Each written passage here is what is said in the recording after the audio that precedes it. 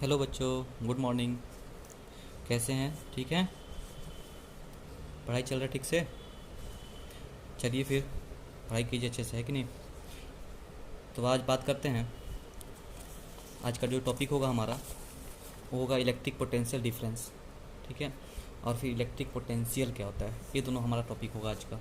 उसको पढ़ने से पहले, ठीक है, आज हम लोग थोड़ा सा पिछला क्लास में जो पढ़े थे उस पर डिस्कशन कर लेते हैं।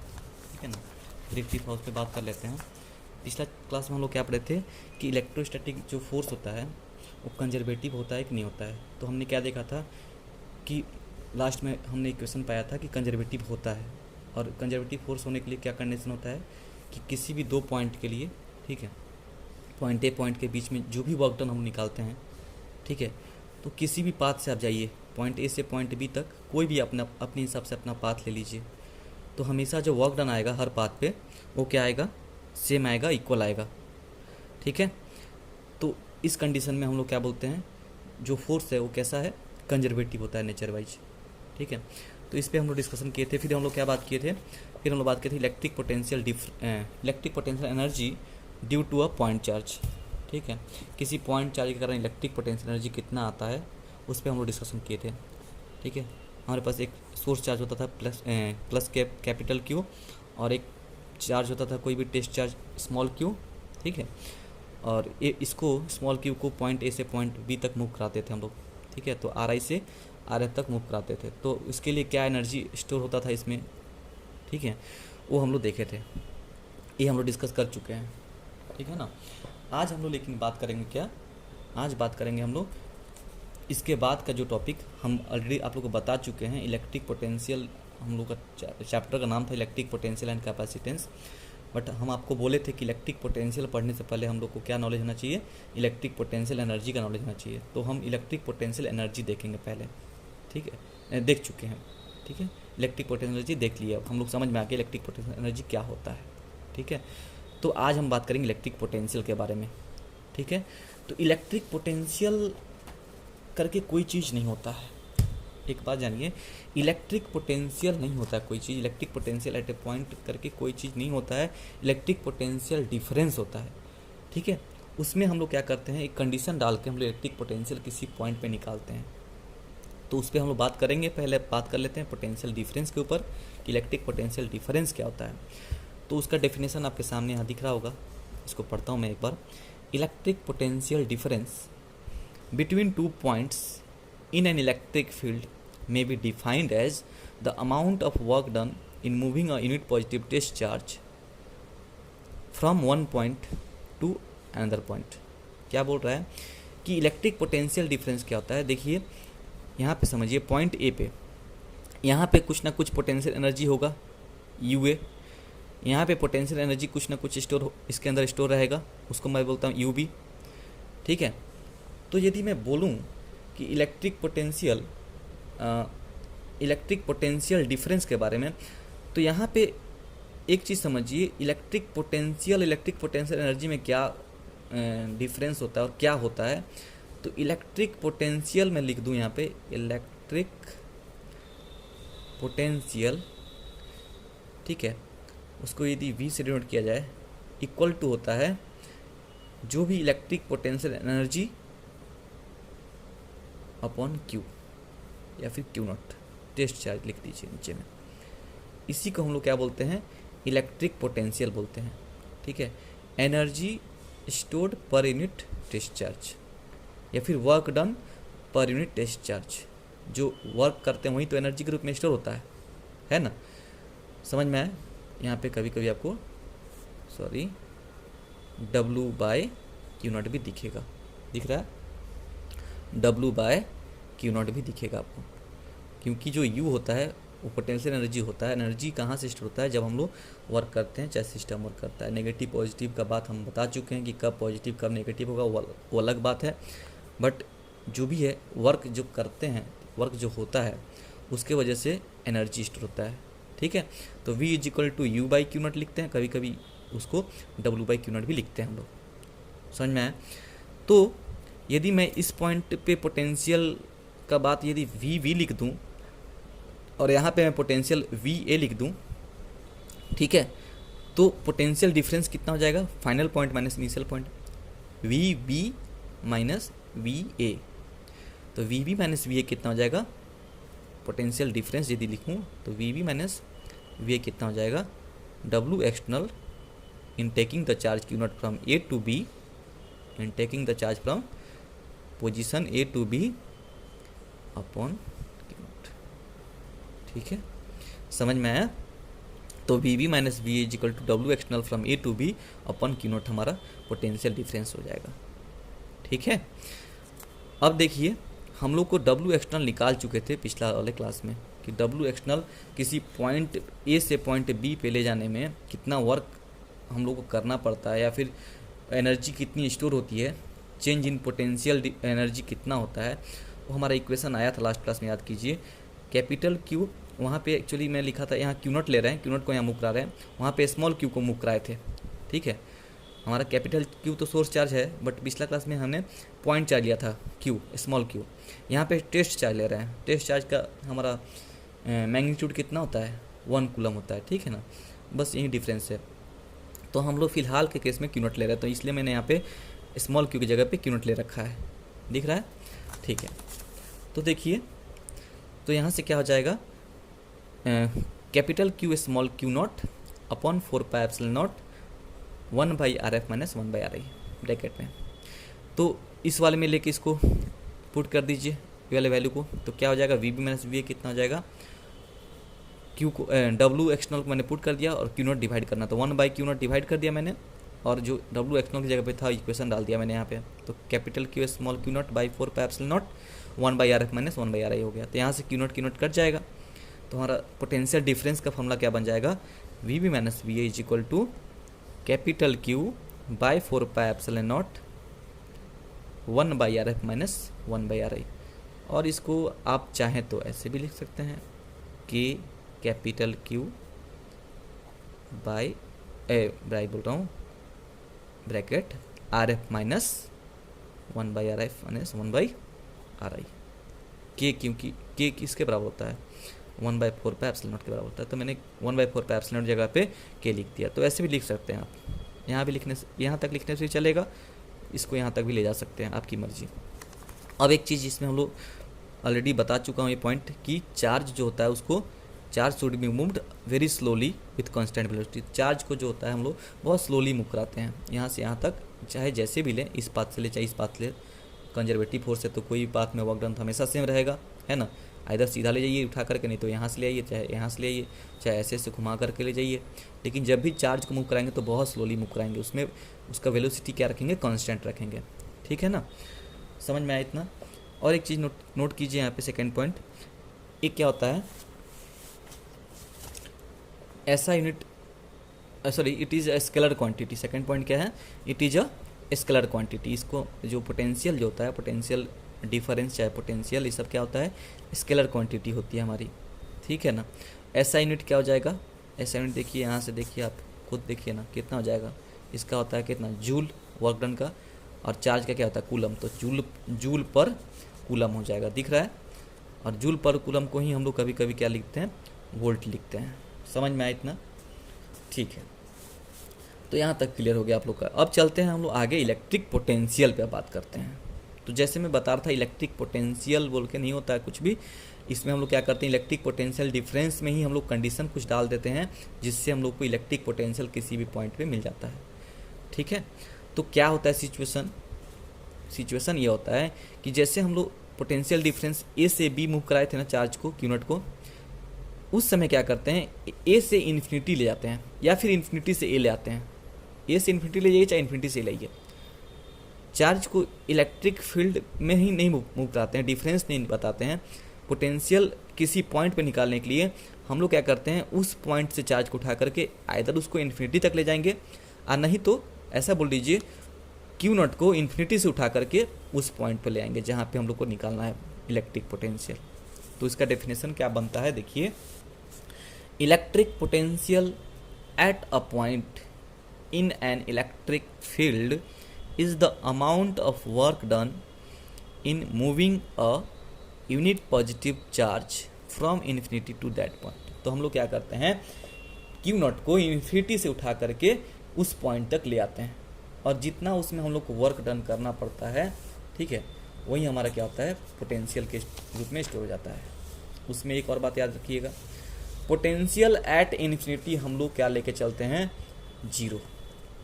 याद रखना हमेशा के लिए कि पोटेंशियल एट इन्फिनिटी क्या लिया जाता है, जीरो लिया जाता है। तो हमारा पोटेंशियल डिफरेंस का इक्वेशन तो हमारे पास B B minus B A is equal to Q by four pi epsilon naught 1/RF minus 1/RI है। इसका इक्वेशन हमारे पास है, निकल चुका है। हमने क्या करना है इसमें कि कंडीशन डालना है, वी इन्फिनिटी मतलब कि जो पॉइंट बी है उसको कहाँ लेके चल जाना है, उसको लेके चल जाना है इन्फिनिटी पे। चार्ज को क्यू नॉट उठा करके बी तक नहीं ले करके उसको अब इन्फिनिटी तक लेके जाना है। तो इन्फिनिटी तक जाएंगे तो वी इन्फिनिटी कितना हो जाएगा, इक्वल टू जीरो। ठीक है, अब पोटेंशियल क्योंकि हम बता चुके हैं potential at infinity is taken as zero. Similarly R F जब हो जाएगा हमारा इस पॉइंट से आर एफ यहाँ पे था बी पॉइंट तक, अब बी को हम इन्फिनिटी तक ले जा रहे हैं तो आर एफ का वैल्यू कितना हो जाएगा, इन्फिनिटी हो जाएगा। समझ में आ रहा है, तो आर एफ भी कितना हो जाएगा, इन्फिनिटी। ये दोनों वैल्यू को यहाँ पुट कीजिए इस वाले इक्वेशन में। तो we infinity minus V A कितना हो जाएगा, Q by four pi epsilon naught 1/RF की जगह पे क्या पुट करेंगे, इन्फिनिटी माइनस 1/RI। ठीक है ना, तो यहाँ से वी इन्फिनिटी हम लोग क्या लेके चलेंगे, जीरो माइनस वी हो जाएगा equal to capital Q by four pi epsilon naught 1/इन्फिनिटी तो जीरो हो गया, बचा कितना माइनस 1/RI। तो यहाँ से इसको सॉल्व कीजिएगा तो हो जाएगा minus V A is equal to minus capital Q by four pi epsilon not RI, minus minus cancel हो जाएगा। वी ए कितना मिल जाएगा, पोटेंशियल एट पॉइंट ए कितना मिलेगा हम लोग को, capital Q by four pi epsilon not RI, और इसको 1/4 पाई एप्सिलॉन नॉट को के भी लिख सकते हैं। तो क्या बन जाएगा इक्वेशन हमारा, के क्यू बाई RI। यदि RI हमारा कोई भी पॉइंट R है, सपोज R ले लेते हैं, RI को R रख देते हैं, तो इक्वेशन क्या बन जाएगा, V A is equal to potential at point A is equal to Q by four pi epsilon not R, या फिर V A is equal to K Q by R। ठीक, समझ में आया।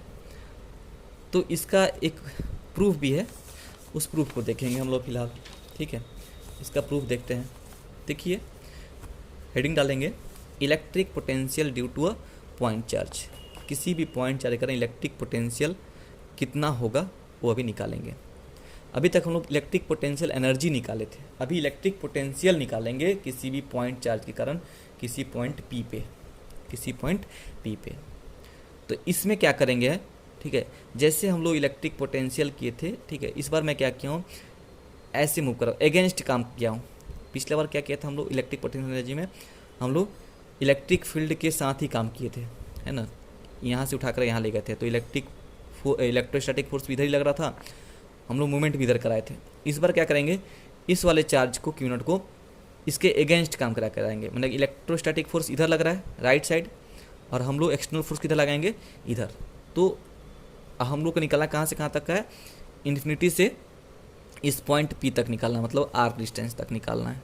ठीक है, तो उसके लिए क्या करना होता है हम आपको बताए थे, यदि ऐसा कुछ होता है तो पहले छोटा सा वर्क डन निकालते हैं और फिर इंटीग्रेशन लगा करके हम लोग लिमिट डाल देते हैं। ठीक है ना, तो चलिए यहाँ पे अब करते हैं हम लोग अपना इसको क्या करते हैं, एक पॉइंट कोई भी हमारा क्या है, पहले इसको बता दूँ आपको, कैपिटल क्यू क्या है, सोर्स चार्ज है, किसी पॉइंट ओरिजिन पे रखा हुआ है, ओ पे रखा हुआ है इसको। अच्छा, और इससे इलेक्ट्रिक फील्ड निकल रही होगी ऐसे। ठीक है, एक लाइन दिखा है, ऐसे तो बहुत सारी लाइन निकलेंगी, बट फिलहाल हम लोग एक ही लेके चलेंगे। ठीक है, और हम लोग को क्या करना है, इस पॉइंट पी पे निकालना है कि क्या इलेक्ट्रिक पोटेंशियल होगा। तो ये पॉइंट पी मान लेते हैं इस ओरिजिन से कितना डिस्टेंस पे है, आर डिस्टेंस पे है। ठीक है, और ये हमारा इन्फिनिटी वाला पॉइंट है। तो उससे पहले क्या करेंगे, छोटा सा वर्क डन निकालेंगे कहीं भी। तो हम लोग क्या करते हैं, पॉइंट ए को किसी एक्स डिस्टेंस जा करके, ठीक है, dx डिस्प्लेस कराएंगे।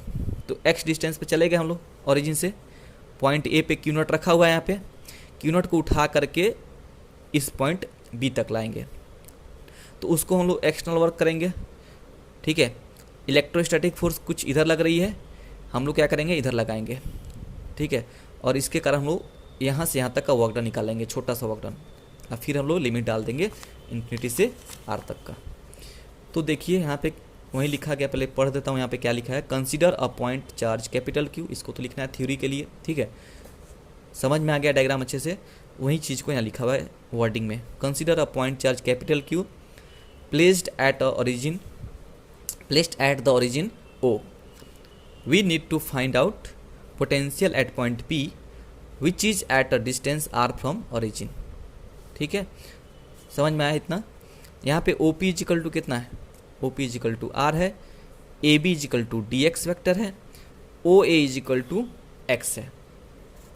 ठीक है, तो work done in taking the charge Q0 from A to B is given by कितना हो जाएगा? DW is equal to F external vector dot DX। छोटा सा वर्क डन, पूरा वर्क डन के लिए क्या करेंगे?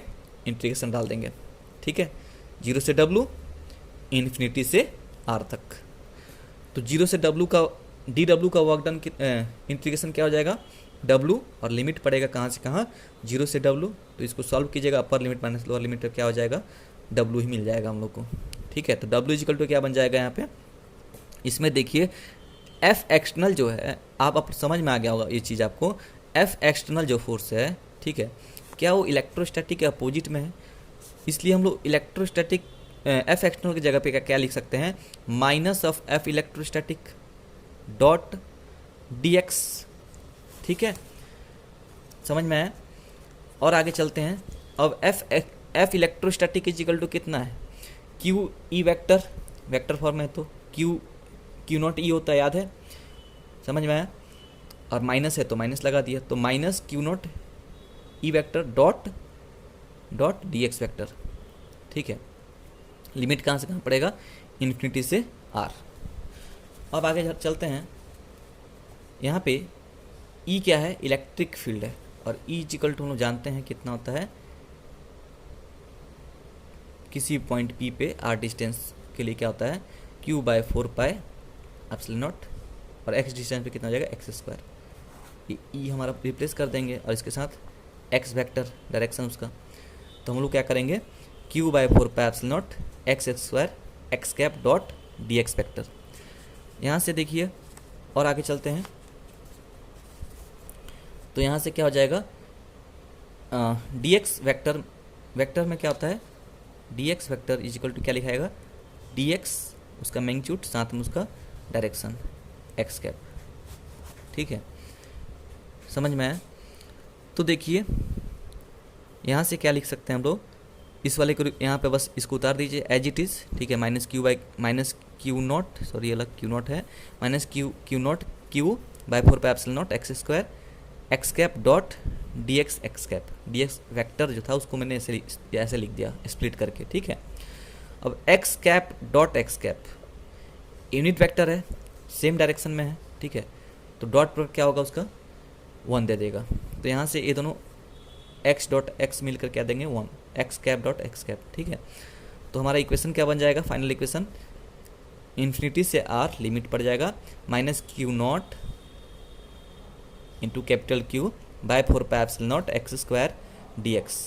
ठीक है, अब कुछ नहीं करना, इंटीग्रेशन लगा देना है। कांस्टेंट क्या होता है? इंटीग्रेशन से बाहर ले आते हैं हम लोग। तो हम लोग क्या करेंगे? कांस्टेंट को इंटीग्रेशन से बाहर ले आएंगे। तो देखिए